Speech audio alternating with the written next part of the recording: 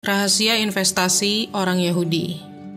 Meskipun jumlah orang Yahudi itu cuma 2% dari penduduk Amerika Serikat, CEO di sana, di Amerika, itu tuh 20% diantaranya adalah orang-orang Yahudi.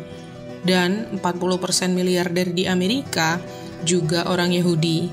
Nah loh, gimana sih cara mereka bisa kayak gitu? Ada yang bilang gara-gara pendidikan. Ada juga yang bilang karena hubungan komunitas di antara orang-orang Yahudi tuh kuat banget. Tapi ada sesuatu yang lain nih guys, yaitu investasi. Halo semuanya, mari kita kupas strategi investasi yang menjadi bagian dari perencanaan keuangan ala orang Yahudi, rahasia kesuksesan finansial jangka panjang mereka. Prinsip pertama, sabar itu berbuah manis. Kalian tahu nggak? Rata-rata orang kaya itu bukan yang suka boros buat beli mobil baru atau gadget paling kekinian, tapi justru lebih mungkin tetangga sebelah kita nih yang udah rajin nabung dan investasi dari dulu. Beneran deh, soal duit, orang Yahudi tuh bukan sprint, bukan lari cepat, tapi mereka lari jauh, maraton gitu. Ini pelajaran kesabaran dan pandangan ke depan yang banyak disampaikan sama pengusaha-pengusaha Yahudi yang pinter ke orang-orang lain. Contohnya Warren Buffett yang pernah bilang kayak gini, saya nggak nyaranin orang-orang beli saham hari ini, besok, minggu depan, ataupun bulan depan. Semua tergantung situasi kalian masing-masing. Tapi sebenarnya menurut saya, kalian nggak seharusnya beli saham kecuali kalian memang punya rencana hold saham itu untuk waktu yang lama. Meskipun dia sendiri bukan Yahudi, filosofi investasinya si Buffett ini tuh mirip banget sama kesabaran dan investasi ala Yahudi. Dia pernah bilang pasar saham itu diciptain buat ngalihin duit dari yang aktif ke yang sabar. Ini sesuai banget sama prinsip Yahudi tentang saflanut yang menekankan kalau kekayaan sejati itu datang buat yang sabar. Dalam tradisi Yahudi, ada cerita tentang Honi the Circle Maker yang ngelihat seorang pria lagi nanam pohon kurma. Waktu Honi nanya sama orang itu berapa lama pohonnya bakal berbuah, si pria menjawab 70 tahun. Honi kaget kan, tapi terus dia nanya lagi, menurutmu kamu bakal hidup sampai pohon ini berbuah nggak? Pria itu jawab dia nggak menanam pohon kurma itu buat dirinya sendiri, tapi buat cucunya. Yang mana itu nilai Yahudi, yang artinya dia mikirin masa depan. Cerita tadi tuh kayak perumpamaan investasi. Jadi seperti halnya menanam pohon, investasi juga nggak langsung kelihatan hasilnya. Tapi seiring waktu, dengan perawatan dan kesabaran, investasi bisa tumbuh subur.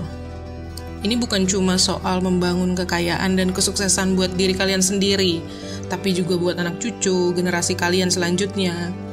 Contohnya kayak yang dilakuin keluarga Rothschild, nama yang kayaknya udah jadi simbol kekayaan dalam sejarah Yahudi. Meyer Amschel Rothschild, patriark keluarga itu di abad ke-18 ngebangun pondasi buat dinasti perbankan Rothschild yang bakal bertahan selama berabad-abad. Bukan dengan cepat ngejar kesuksesan, tapi dengan hati-hati membangun relasi keluarga dan bisnis di seluruh Eropa. Strateginya simpel, tapi dalam banget. Gak usah naruh semua telur di satu keranjang. Ini bukan cuma pepatah biasa, tapi ngegambarin banget tentang kekuatan diversifikasi aset dan kesabaran yang dibutuhin buat ngelihat strategi kayak gini bisa ngasilin duit. Di zaman yang serba cepet kayak sekarang, dimana kepuasan instan tuh udah jadi hal yang biasa, aturan investasi ala Yahudi ini beda banget. Gak cuma soal jumlah pembelian investasi yang kalian lakuin, tapi lebih ke kualitas dan potensi buat hasil jangka panjang. Dengan punya mindset kayak gini, kalian bukan cuma jadi investor, tapi jadi penjaga masa depan, nyiapin bibit-bibit kekayaan yang bakal tumbuh jadi warisan keuangan yang melimpah. Jadi pas kalian mikirin langkah investasi selanjutnya, coba ingat aja sama pohon kurma dan kebijaksanaan orang-orang yang mikirin buat masa depan. Prinsip nomor 2, jangan bertaruh di satu tempat aja. Ini mirip ya sama konsep don't put your eggs in one basket atau jangan taruh semua telur di satu keranjang tadi. Jadi kebiasaan kuno ini udah dijelasin di Talmud, kitab agama Yahudi, di mana umatnya disaranin buat ngebagi duit jadi 3 bagian. Pertama buat bisnis, kedua buat tanah, dan ketiga buat simpenan. Ini konsep diversifikasi dari zaman dulu, tapi masih tetap relevan sampai sekarang. Idenya simple, sebar investasi kalian di berbagai bidang buat ngurangin risiko. Ibaratnya kayak puzzle, setiap bagian berkontribusi buat ngerangkai gambar yang besar dan cantik. Kalau satu potongan jatuh, yang lain tetap aman, ngejaga keutuhan dan nilai puzzle itu secara keseluruhan. Inilah inti dari portofolio yang terdiversifikasi. Kita bisa ambil saran dari seorang ahli keuangan Yahudi zaman sekarang, namanya Benjamin Graham, yang sering disebut sebagai bapak investasi nilai. Dia pernah bilang, intinya dalam manajemen investasi itu manajemen risiko, bukan manajemen hasil. Saran dari Graham itu, yang mirip sama kebijaksanaan di Talmud, ngegarisbawahin kalau diversifikasi itu adalah kunci investasi yang cerdas karena bisa ngurangin risiko. Mari kita coba bahas contoh yang bisa ngebuktiin prinsip ini. Bayangin kalian lagi di pasar. Bukannya belanja semua yang kalian butuhin dari satu pedagang, tapi kalian beli buah dari pedagang A, beli sayur di pedagang B, beli rempah-rempah di pedagang C. Jadi kalau misalkan satu penjual kehabisan stok, kalian tetap bisa pulang dengan bawa banyak belanjaan kan? Sama halnya ketika kalian diversifikasi investasi, kalian gak tergantung sama keberhasilan satu instrumen atau satu sektor aja. Kalau satu investasi kurang bagus hasilnya, yang lain tetap ada untuk bantu ngeimbangin portofolio kalian. Mungkin sekarang kalian mikir nih, berapa banyak sih yang harus gue invest di setiap instrumen? Nah, sebenarnya nggak ada jawaban yang pas buat semua orang. Tapi intinya cuma satu, seimbang. Ini tentang bagaimana kita punya variasi aset yang cukup buat ngelindungin diri kita dari volatilitas atau gejolak pasar, sambil tetap ngelola dan memonitor investasi kita dengan efektif. Lanjut, prinsip nomor 3, moral dalam berinvestasi. Kalian tahu nggak sih, dana amal tertua di dunia ini tuh dana amal yang dibangun oleh komunitas Yahudi pada abad ke-4 Masehi. Namanya dana komunal Yahudi. Tradisi tanggung jawab etis ini nggak cuma sebatas pada amal, tapi juga ada dalam dasar-dasar strategi investasi Yahudi. Jadi bukan sekedar investasi doang, mereka juga ngutamain nilai moral yang jadi panduan dalam berinvestasi. Prinsip ini tentang menyelaraskan portofolio kita dengan nilai-nilai yang kita pegang.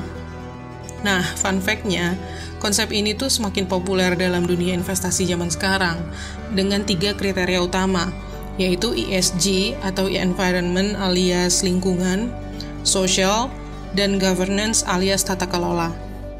Ini adalah strategi yang investor Yahudi praktekin selama berabad-abad, dikenal sebagai mensch investing, yang artinya berinvestasi dengan cara yang bisa bikin kalian bangga di bisnis yang berdampak buat masyarakat.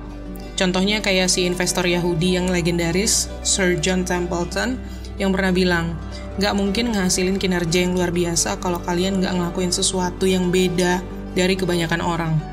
Mensch investing tuh nggak cuma sekedar angka-angka, tapi mikirin juga dampak investasi kita buat dunia, buat lingkungan sekitar. Misalnya bayangin kalian lagi milih antara 2 bisnis nih buat diinvestasiin. Yang satu punya return yang lebih tinggi, tapi prakteknya agak meragukan. Yang satunya lagi punya return yang lebih solid dan terkenal punya etika yang baik dalam praktek bisnisnya. Terus juga ngelakuin pelayanan pada masyarakat dan perhatian sama lingkungan. Kalau Yahudi bakal lebih condong ke pilihan yang kedua nih, karena mereka tahu bahwa kekayaan sejati datang dari memberi kontribusi pada kesejahteraan masyarakat, bukan cuma mengambil untung dari situ. Pendekatan yang etis dalam berinvestasi ini juga bisa loh menghasilkan manfaat finansial. Perusahaan-perusahaan dengan pondasi etika yang kuat itu cenderung memiliki basis pelanggan yang lebih setia atau lebih loyal, biaya hukum yang lebih rendah, dan tenaga kerja yang lebih termotivasi. Semuanya itu bisa menghasilkan performa finansial yang lebih baik dalam jangka panjang. Bahkan penelitian dari lembaga MSCI menemukan bahwa perusahaan dengan rating ESG yang tinggi biasanya mengungguli pesaingnya dalam jangka panjang. Jadi kalau kalian lagi mikirin nih mau investasi di mana, bayangin aja kayak lagi nanam pohon di kebun, kayak prinsip-prinsip yang awal tadi. Kalian pengen tanam benih yang nggak cuma tumbuh aja, tapi juga ngasih nutrisi buat tanah dan ekosistem di sekitarnya.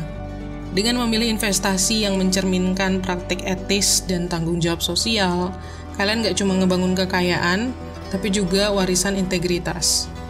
Prinsip nomor 4, istirahat untuk bangkit. Tau gak sih, beberapa investor yang sukses di dunia tuh ngabisin sekitar 50% dari waktu mereka dalam satu hari buat mikir dan merenung daripada aktif trading saham. Ini sejalan sama tradisi Yahudi yang udah berusia ribuan tahun, yaitu praktek Syabat, satu hari untuk istirahat.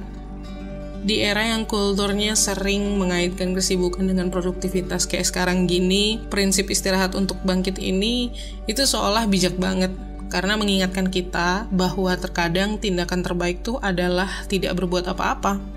Konsep ini mungkin kelihatan kontras banget sama kesibukan di Wall Street, di Amerika. Tapi ini udah diadopsi sama beberapa investor Yahudi yang paling sukses, kayak George Soros. Si Soros ini pernah ngomong tentang pentingnya mundur sejenak supaya bisa punya pandangan yang lebih jelas. Dia paham bahwa waktu istirahat itu bisa ngasih ruang buat dia berpikir secara strategis, sehingga bisa ngambil keputusan yang lebih baik. Coba bayangin kalau kalian ngelihat investasi kayak olahraga yang intens. Bahkan atlet terbaik aja tahu kalau investasi itu penting agar mereka bisa perform secara maksimal. Mereka nggak berlatih tanpa henti non-stop gitu. Sesekali ambil istirahat dan balik lagi dengan lebih kuat. Begitu juga dengan ngasih jeda istirahat secara teratur ke dalam rutinitas investasi kalian. Kalian ngasih diri kalian ruang berpikir buat mengevaluasi strategi, merenungkan keputusan kalian, dan balik dengan pikiran yang segar dan lebih tajam. Penelitian pun nunjukin kalau istirahat itu bisa benar-benar meningkatkan fungsi kognitif kayak problem solving dan pengambilan keputusan.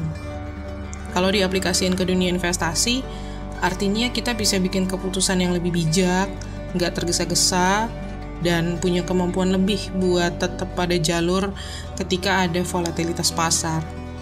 Jadi pas kalian lagi bikin strategi investasi nih, jangan lupa jadwalin waktu istirahat kalian, waktu Syabat kalian, alias momen buat cabut sejenak dari grafik dan berita seputar investasi. Manfaatin waktu luang ini buat ngerenungin tujuan kalian, nge-review portofolio kalian, dan mikirin langkah selanjutnya tanpa tekanan market yang nggak kenal waktu. Prinsip nomor 5, memberi untuk mendapat. Kali ini kita bakal bahas kekuatan paradoks dari kedermawanan dan gimana memberi tuh bisa jadi bagian penting dari pertumbuhan kekayaan kalian. Coba deh pikirin ini. Gimana kalau aku bilang bahwa memberikan sebagian dari kekayaan kalian itu malah bisa mendatangkan lebih banyak kemakmuran? Mungkin kedengarannya aneh, tapi prinsip ini tuh mengakar dalam budaya Yahudi dan dikenal sebagai sedekah, yang artinya kebenaran, tapi seringkali digunakan untuk menyebut amal. Ini bukan cuma soal jadi dermawan, tapi gaya hidup memberi secara strategis buat mencapai kekayaan yang lebih besar. Prinsip ini diwujudkan oleh beberapa filantropis Yahudi yang terkenal, salah satunya Eli Broad, yang pernah bilang, dunia ini jadi tempat yang lebih baik ketika lebih banyak orang ngerasa punya andil dan bisa berkontribusi. Broad dan yang lainnya udah nunjukin kalau filantropi yang strategis itu bisa membangun networking, membuka peluang, dan membangun jenis modal sosial yang nggak bisa didapetin cuma dengan uang. Ketika kalian invest di kesejahteraan komunitas kalian dan dunia pada umumnya, kalian tuh nggak cuma ngelakuin kebaikan. Kalian juga menciptakan lingkungan yang lebih stabil dan makmur buat semua orang, termasuk diri kalian sendiri. Talmud bahkan lebih jauh lagi dengan ngasih saran bahwa memberi amal itu setara dengan berinvestasi bersama Tuhan, dengan janji pengembalian yang nggak cuma materi tapi juga spiritual. Aspek materi mungkin lebih gampang diukur, sedangkan pengembalian spiritual bisa muncul sebagai rasa kepuasan, penghargaan dari komunitas, dan kebahagiaan pribadi. Semua itu bisa membantu kalian untuk mengambil keputusan yang lebih baik dan rasa tujuan yang lebih mendalam dalam keuangan kalian. Selain itu, penelitian menunjukkan bahwa perusahaan yang berkontribusi itu biasanya cenderung bisa menarik pelanggan yang lebih loyal dan karyawan yang lebih berdedikasi, yang bisa berdampak positif ke kinerja bisnis. Studi dari Cohn Communications menemukan bahwa 87% konsumen itu akan membeli produk dari perusahaan yang mendukung isu yang mereka peduliin. Ini menunjukkan bahwa kebaikan hati itu bisa jadi faktor pengganda dari kekayaan. Jadi kesimpulannya, Kelima prinsip yang diambil dari kebijaksanaan Yahudi ini adalah sabar, diversifikasi, etika, istirahat, dan kebaikan hati. 5 prinsip ini membentuk kerangka kerja yang kuat untuk kesuksesan finansial. Mereka mengajarkan kita bahwa berinvestasi itu nggak cuma soal angka-angka, tapi juga tentang cara kita menghadapi hidup, nilai-nilai yang kita pegang, dan interaksi kita sama dunia. By the way, prinsip mana nih yang ngena buat kalian? Yang mana yang pengen kalian terapin? Coba share pendapat dan pengalaman kalian di kolom komen ya. Terima kasih udah nonton. Jangan lupa klik tombol like dan subscribe, dan komen tips apa lagi yang kamu butuhin seputar finansial.